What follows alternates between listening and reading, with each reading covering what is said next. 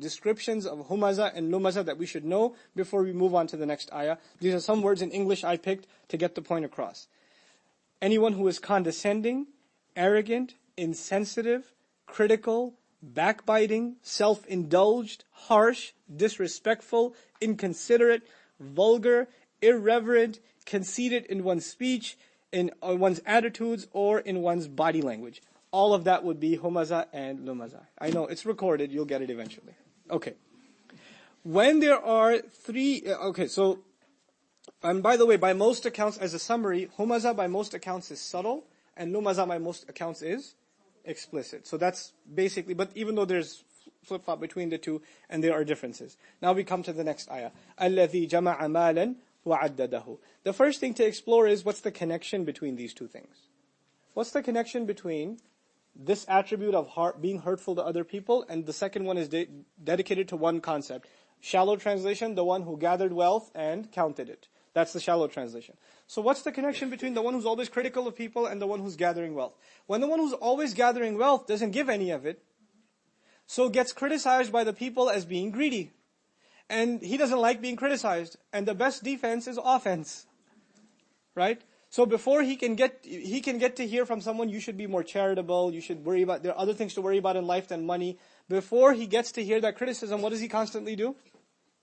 Constantly describing others' flaws. Engaged in being humazah or lumazah, or both rather, even worse, being engaged in both. Covering his own flaw of being indulged in his own wealth, or her own wealth. This is the first thing. Now, الذي بدل من كل أو نصب على الذم. This is Shawkani's commentary. Either this is a replacement of kul, which I mentioned, or الذي is nasb على الذم. Do you remember this lesson? Right? Now the Mufassir is saying it. He's saying this الذي could be nasb as a means of Allah condemning him. In other words, you don't recite الذي جمع مالا وعدده. الذي جمع مالا وعدده. It's Allah is condemning this person. It's not a time to recite it nicely. Allah is not being nice to him. Nasb ala dham. Right? He's being condemned. He's being scolded by Allah. And this zajr from Allah Azza wa Jalla is supposed to in and of itself be terrorizing. وَقُرِئَ جَمَّعَ بِالتَّشْدِيد. This ayah in another qira'ah is also recited with a shad on jama'a. Instead of jama'a, it is jamma'a. وَهُوَ مُطَابِقٌ لِعَدَّدَ. And that way it becomes consistent with عَدَّدَ. So الَّذِي جَمَّعَ مَالًا وَعَدَّدَ. So the two patterns become consistent with each other. وَقِيلَ عَدَّدَهُ جَعَلَهُ عِدَّةً لِحَوَادِثِ الدَّهْرِ. And they say another meaning of عَدَّدَ, which is usually translated as counted, is to prepare. عِدَّة is also to prepare, like وَأَعِدُّ مَا اسْتَطَعْتُم مِّن قُوَّةٍ. Right? Prepare, make means. In other words, he's counting money and he's constantly making preparations for what might happen in the future. Future insurance, if you will. This is my fund for this is my fund for that. Isn't that what savings are all about? So this is addada. Not just counting, but making plans of where this money will be used for what future catastrophe or backup or safety net. I think the safety net is the word they use in finance nowadays. So, now, فرق أن جمع بالتشديد يفيد أنه جمعه من ها هنا وها هنا. If you recite جمع, how does the meaning change? The meaning becomes, it illustrates that he gathers wealth from here and there. Doesn't care where it comes from.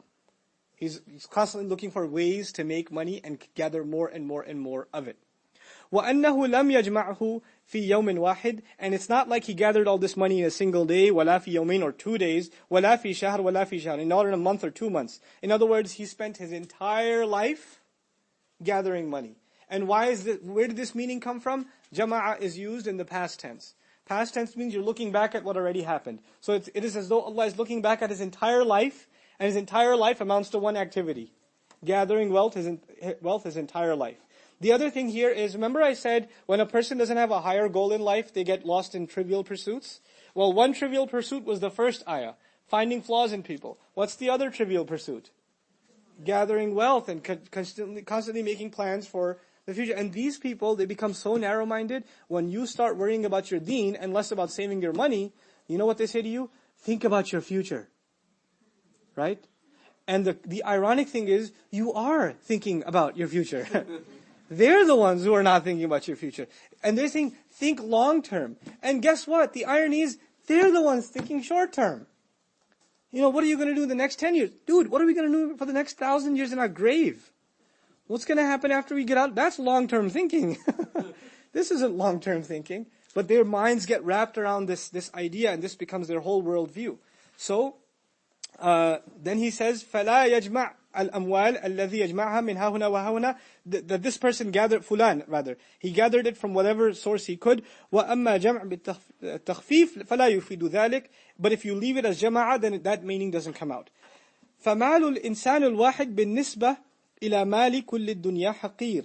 He says Allah didn't say mal, He said amwal. He didn't say amwal, which means assets. He used mal in the singular, which is a means of tahqir, meaning belittling the wealth. So He's saying, how much are you going to gather anyway? Your wealth compared to the wealth that is out there in the world is nothing. So what is it that you're so proud of? It's haqir. فَكَيْفَ يَلِيقُ بِهِ أَنْ يَفْتَخِرُ بِذَلِكَ الْقَلِيلِ. How can it be for anyone of intellect that they be proud of something so minuscule? The other way, some ulama looked at it, they said, فَمَا مَتَاعُ الْحَيَاةِ الدُّنْيَا فِي الْآخِرَةِ إِلَّا قَلِيلٌ فِي سُورَةِ التَّوْبَةِ. The entire utility of worldly life, when compared to the next, is nothing but a little. This is what you're proud of? This is really what you have to, that you're so full of yourself about? Compare this to this same person's attitude on the Day of Judgment.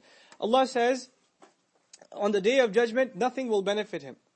مِلْءُ الْأَرْضِ ذَهَبًا وَلَوْ اِفْتَدَى بِهِ. Even if he offers the weight of the entire planet Earth in gold, and tried to exchange that for his own salvation, gave that away, it wouldn't benefit him. So what is he so proud of? It doesn't make any sense. And يكون المراد, it can also mean that the meaning here is منه التعظيم أي مالا بلغ في الخبث والفساد أقصى النهايات. Also means that الذي, this dham of it illustrates that he went and tried to gather wealth, whether those means be filthy or corrupt. He went to the farthest extents to get his money. And by the way, if you look, I'm not an economist, but I went to business school. One of the things we study is international business and multi-million-dollar corporations and their behaviors and things like that. It's crazy, the kinds of oppression that people do in the name of a buck. The kinds of oppression people do in the name of a dollar, right? They, these kinds of labor factories and things like that. We read of stories where there's these child labor factories and they produce products that end up in malls in the United States, right? And they produce these things and child labor is being used to produce them.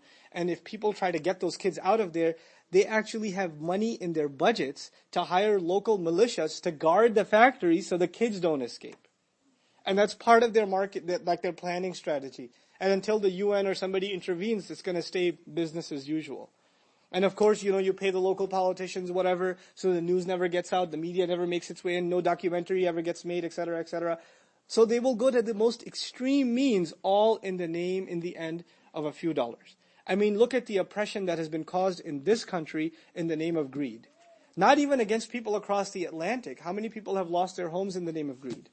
I mean, the entire collapse of the economy, the product of it, now they're having entire NPR shows dedicated to it, that, the business school at Harvard and, at NYU, we're teaching unethical business practices, money at all costs. The bottom line is the final principle. The final principle isn't serving humanity or creating a stable economy or thinking 10 years ahead. Just worry about yourself. Now just think about this. One more, just a side comment about this. The Donald Trump mentality. Donald Trump is a very, very powerful, multi-billion-dollar executive, right? And he's, I think he's got a TV show too where he's making people into entrepreneurs and things like that. Bottom line is he's a real estate tycoon more than anything else, right? And you know how real estate in this society works. You buy, and you buy, but you don't pay for it. You use your credit to buy, and you don't make the maximum payments. You make what? The minimum payments. And now your credit is being built. When your credit is built, you buy again. You rent it out or whatever, and you keep building your empire. Now, if the Donald Trump-like billionaire was to pay off every one of his properties today, would he still be a billionaire? No. What's his idea? His idea is, how long am I going to live? Another 50 years, 60 years, 100 years? How long am I going to live? I'm going to live a billionaire, and after that, if my payments aren't being made, who cares? I already partied my way out. So this entire deficit will be passed down to the next generation. I couldn't care less. So the value of the dollar goes down. People's dollar at the grocery store doesn't go that far, and it can be blamed on him, but what does he care? He already did his partying and he's gone. In other words, don't think about anyone but who? yourself. جَمَعَ مَالًا وَعَدَّدَ. This is at the heart of capitalist thinking. At the core of it. Now compare this to the mind of the Muslim. Just one more smaller example, because this is dealing with economics, right? A home. Home ownership in this country is a big deal. And of course it bubbled and collapsed and all of that. But just put it in very simple economic terms, even like an elementary school child can understand. 100 years ago, somebody buys a house. Somewhere in New York City. Somebody buys a house. Let's say they pay $50,000 for it. But they don't buy it cash, and they don't buy it interest-free, they buy it on a mortgage. So they end up paying over 30 years, not $50,000, what did they end up paying? $150,000. Okay, now it's time for them to sell it. Are they going to sell it for $60,000? No, they ended up putting in $150, so they should at least sell for $200 and $250, so they sell it for $250. The next buyer comes in, buys the place for $250, but he didn't buy it cash. What did he buy it on? Credit. So he's not going to pay $250. Over 30 years, he'll pay $400,000, $500,000. When time comes for him to sell it, it keeps going up, right? So what's happened is, first of all, the value of currency went down. Second of all, those who could own a home 100 years ago, with that kind of money, can they still own a home generations later? No. So you made the opportunity for the next generation more and more and more impossible. This is what riba does. This is what jama'a malan wa addadah does. It creates problems for the future. Now compare this to the Muslim mind. The Muslim mind is, you have an old man who's already got a foot in the grave, and he's planting a seed in the ground for a tree to grow. And you ask him, you're not going to live long enough for this tree to grow. And he says, well, it will give somebody shade one day, sadaqah jariyah for me. This is the mind of the Muslim, right? That's what it's supposed to be. We think about how the future will be benefited. Not, live, eat, sleep, drink, and die. That's it. This is the reversal of thought. And that's really, when we read this stuff, we shouldn't just think about what's happening, a millennium and a half ago. These are realities of our time. These are serious problems of our time. And unfortunately, just because we're Muslim doesn't mean that we haven't been engrossed in the deepest depths of the black greed of capitalism. We ourselves have become really nasty capitalists ourselves. And we don't think about the greater good and serving society and building the kinds of institutions, right? We've become people of الَّذِي جَمَعَ مَالًا وَعَدَّدَهُ. May Allah protect us from it and get us out of this mess. Okay. أعددت شيء لكذا وعددته إذا أمسكته له وجعلته عدة وذخيرة لحوادث الدهر وثانيها عدده. What he's saying in the entire line basically is that, عدده means to prepare something, to get something ready, also means to prepare for future catastrophes. أي أحصاه also means to count properly. وجاء التشديد, and it came with shadda. وعدده, it came with shadda. What's the benefit of the shadda? يَدُلُّ لِكَثْرَةِ الْمَعْدُودِ, illustrates that there's a lot to count. He's always busy counting, and there's a lot to count. He's constantly counting. Also illustrates he does it over and over again. You see people that can't help themselves. Every couple of hours, the oxygen gets thin in the lungs, and they have to log into the account and see the balance again. Right? I went to business school. There were majors with me that were finance majors. Guys that were finance majors, even Muslims, right? And we're in the library studying for exams. What are they doing? They just learned how to invest stock. So what are they doing constantly? Oh, it went up. Oh, it went down. Like somebody jolts them with electricity. They're on their E-Trade account. يَتَخَبَّطُهُ الشَّيْطَانِ مِنَ الْمَسِّ. Allah says, it's like shaitan has touched him a little. And has poked him. And he's just constantly jittering. Oh my God. Oh yes, it came back. And they're constantly having these emotional reactions in the library. And the librarian has to come and say, shh. And he says, no, I'm engaged in, jam'u malin wa adid, So, ajma'u malin wa u'addidu, right? So the first ayah is dedicated towards his attitude against others. And the second is his occupation for himself. What is he occupied with himself? Interestingly, know that what is expected of the human being is the exact opposite. You are supposed to be the best to others, and you're supposed to not keep wealth for yourself, but be giving. What is expected of you is the exact opposite of the behavior being described. So addada, to count and place, to count over and over again, to keep track of the count, and it can also be, like I said, associated with preparing for future needs. How much time do we have left? I don't even have a clock here anymore. Oh, I have time. I'm going to take my time. Okay.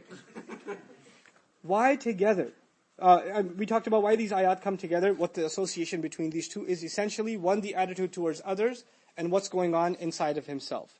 Now, We talked about the use of the word malan in the singular, and what that it amounts talks about his life as a whole. Now we're ready for the third ayah. يَحْسَبُ أَنَّ مَالَهُ أَخْلَدَهُ. Yahsab is called min af'al al-qulub, verbs that are used for the heart. In other words, now Allah is doing a psychological analysis of what's going on inside him. The first two ayat were about his actions. Those are outward. But now the third is Allah probing inside him. What's going on inside him? Yahsabu, he assumes. أَنَّ مَالَهُ أَخْلَدَهُ, that his wealth will give him eternal life, or will grant him immortality. Now the thing here is malahu.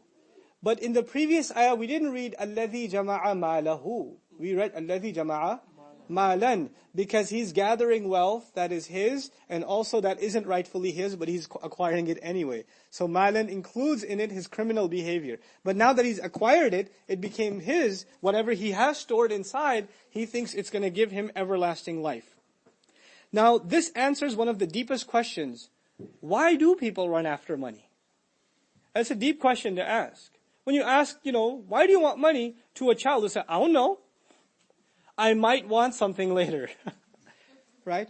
But ask yourself the difficult question, why does humanity run after wealth? If the food is on the plate today, you stop worrying about today, you start worrying about tomorrow.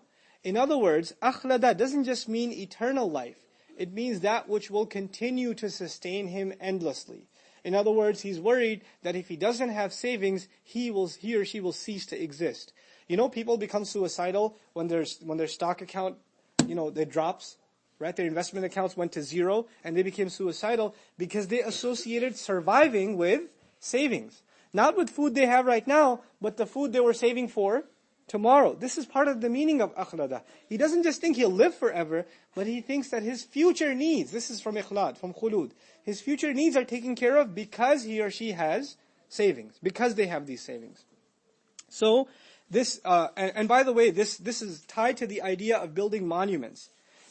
People, they want to be known for things, and one of the things people get known for is wealth. And, at the end of people's lives, if they don't believe in an afterlife, they don't give it in sadaqah, they give in their own form of sadaqah. They'll donate to a charity or to a hospital, to a university, so a monument will be named after them. Right? So this is the only thing of them that will live on. So they're making their wealth a means by means of which they can live on through these empty monuments, this rock and metal or whatever is used to make those monuments. This concept is also talked about in the Quran. When the nation of Hud is mentioned, Allah Azza wa Jalla says, وَتَتَّخِذُونَ مَصَانِعَ لَعَلَّكُمْ تَخْلُدُونَ. You make statues so you can live forever?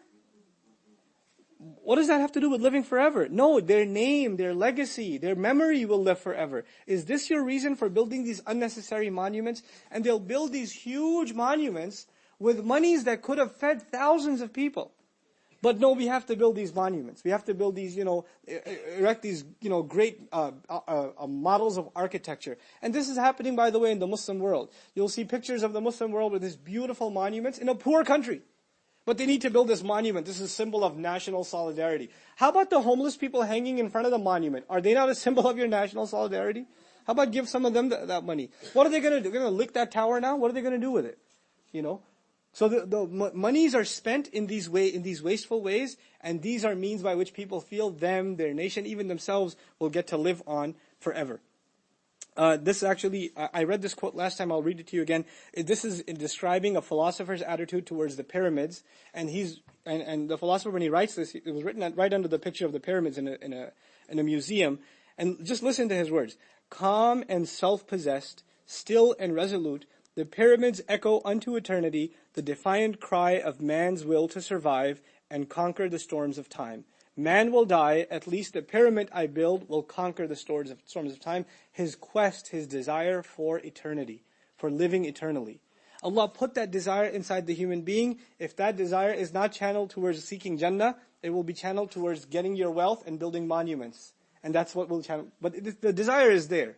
Like Allah put the desire inside us to appreciate beautiful things. And if you don't appreciate the beautiful recitation of Quran, you will become obsessed with music. The desire is there. But it's going to get channeled. It's going to go in one direction or the other. You understand? So that's what we're learning here.